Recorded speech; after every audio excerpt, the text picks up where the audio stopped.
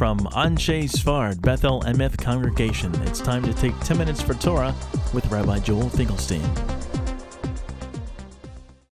Welcome to our discussion of Parshat Ki Tavo, witnessing. I'd like to understand the meaning in Parshat Ki Tavo of one word, v'anita, and you shall respond. What does the word mean, and what does it tell us about Mikra Bikurim, about the idea of reading a story, telling something to the Kohen about the bringing of the first fruits? What does it tell us, and what does it tell us about Judaism in life and general?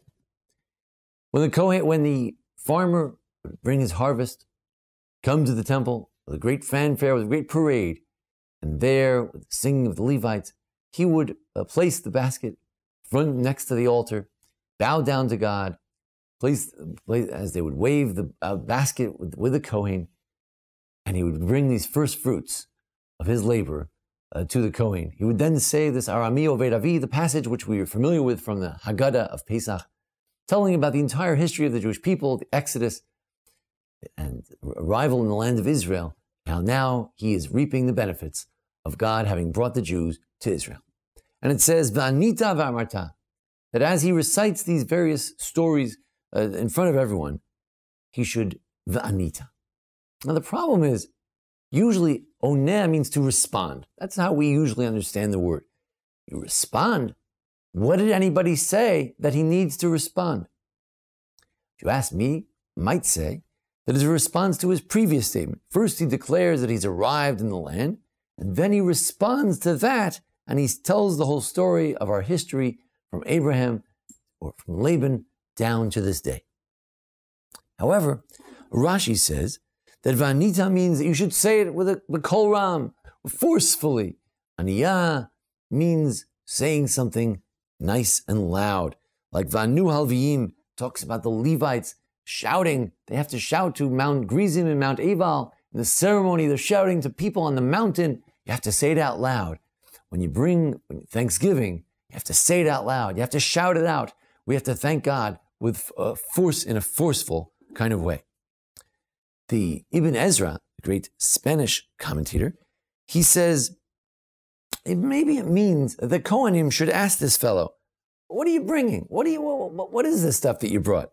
And in response, Vanita Vamarde, you should say to the Kohen, you know what I'm doing? I am bringing my first fruits. I have arrived in the land of Israel, and there's a whole story of the Jewish people, how we got here today, and that's his response to the Kohen. So that's Rashi, that's the Ibn Ezra. Classic approaches. However, if we look in the Malbim, who's also very interested in the language of the Torah, he says, well, wait a second. Maybe what it means is that each one of these phrases is really a response to something else. Sometimes we say things in a way that whether it's done responsively, as in with a choir, or whether you say it yourself, it's done where there's the first measure and then the second measure, the first half of the verse and the second half, and in that way it's done responsively. And he tries to break down the paragraph. I would break it down slightly differently, but for instance, my father was almost destroyed by the Aramean. That would be what he would say. And then the response is he went down to Egypt. Then he would say that he went down with a few people, and the response is he became a great nation, etc., etc. The whole paragraph is said by himself, without others, in a responsive kind of way. There's one of the Sifrei Drush, one of the preaching books, Machnedan, a Sephardic commentary, he says, maybe it's like, Anu Lashem b'todah, you should respond to God with thanksgiving. Maybe it means that not only did the Levites sing songs, maybe every single Jew who brought first fruits should also sing a song. When you have Thanksgiving, there should be song in your heart. You should really sing it out. However, the Tzor HaMor takes another approach, which we'll look at in 1 second. First, the Yerushalmi. The Jerusalem Talmud is very interested in this whole story of Bikurim. It's relevant in the land of Israel, ancient Palestine. And he says there that you know what? First they used to have the person would read it himself. And some didn't understand it, so then they would read it to them. if they couldn't read it in Hebrew, someone else would say it to them. And according to some commentators, the person would respond, Arami, Arami, Oved, Aved. And that's the response. And other commentators say, no, that's obvious. Of course, the person could respond if someone else could read it to you. But the Yerushalmi says that actually what it means is that someone else reads it for you. Aniyah means that someone else says it for you. This is one interpretation as well of the Yerushalmi, that actually those who couldn't read it, someone else read it for them, and they would just listen instead. That's a different form of Anita, Vamarta. The person says it for you.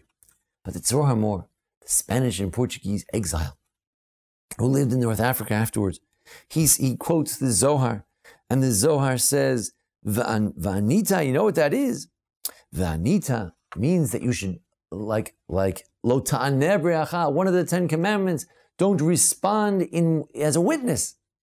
In other words, you should be a witness. You should come and witness that you have arrived in the land of Israel. You are one of those people who descend from those who made the exodus from Egypt. You witness the exodus from Egypt. You witness the arrival of the Jews in the land of Israel. You witness the fact that a Jew is thankful before God for having given him the fruits of the land of Israel. And therefore, it is an edus, it is a form of testimony. And he witnesses the great miracles that have been seen. And he goes a step further. First, he suggests maybe, like we said before, maybe it should be a song like Vatan Lahem Miriam. It's like a song. Maybe it's like a responsive song. But then he says, no, let's examine this Zohar. The idea of testimony, that means, he says, what is every mitzvah? The mitzvah, which are sometimes referred to as testimonies, the Reb Simlai in Mako says that the 613 mitzvahs correspond to the 613 sinews and bones in our body. And therefore, every bone in my body is a testimony to the various mitzvahs that I do. If I do mitzvahs with my eyes hopefully light up. If I do mitzvahs with my head, that's filling, my head lights up. If I do mitzvahs with my arms, etc., my whole body should light up, should testify to God. The Gemara in Tanya says, who's going to know? If you do something wrong, who's going to know? So one opinion is the walls know. Another opinion is your own bones will come and testify against you. And in other words, our bones can testify against us that we didn't follow the Torah, or our very being can be a testimony to the commandments, to God, to the Torah, to the story of the Jewish people, from Abraham, from the Exodus, from the giving of the Torah at Sinai, to the arrival to the land of Israel. Everything we do can be a testimony. When it says in the Yeshayahu Navi, Isaiah the prophet, Atem Eidainu Hashem, you are my witnesses. That's what it means that a Jew lives with his entire being as a testimony. A Jew shows up to work and he acts in a respectful and an honored fashion. He's Mekadesh Hashem Shamayim. He sanctifies God's name. People say, this is what a Jew is. That's a testimony. He's a walking testimony. People say, you see that Jew over there? He's a descendant of Abraham, Isaac, and Jacob. He's a walking testimony of what God is all about. So that's the idea of edus. This one word in this parsha, one word, vanita. Vanita means that your entire being will be a testimony, not just these words that you say this one paragraph in front of the Kohen, in front of God, in front of those assembled. No, but your entire being will be a testimony to your thankfulness, the fact that you live in thanksgiving before God for everything that you have. As we approach the high holiday season, we approach Rosh Hashanah and Yom Kippur, that should be our goal for the year, that we should be Atem Eidainu Hashem. We should be witnesses for God. If we can witness in this way, with all of our Kol Atzmotai, with all of our being, and hopefully we'll fulfill this one word in this parsha, Va'anita, and that you should testify, constantly testify before God. As this parsha emphasizes, our testimony is how thankful we are for where we have arrived, wherever we are today. It's a lot better than being in Egypt. It's a lot better than being destroyed by all of our enemies throughout the generations, beginning with Laban and continuing to this day. That thankfulness should be our testimony. Thank you for joining us here at the Anshe Sfard Beth Lemeth congregation for a discussion of witnessing. Join us each week for the discussion of the Parsha, holidays, how-to videos, and thanks to Jason Lefkowitz for his technical assistance. Thank you. This has been 10 Minutes for Torah with Rabbi Joel Finkelstein. To learn more, visit ASBEE.org.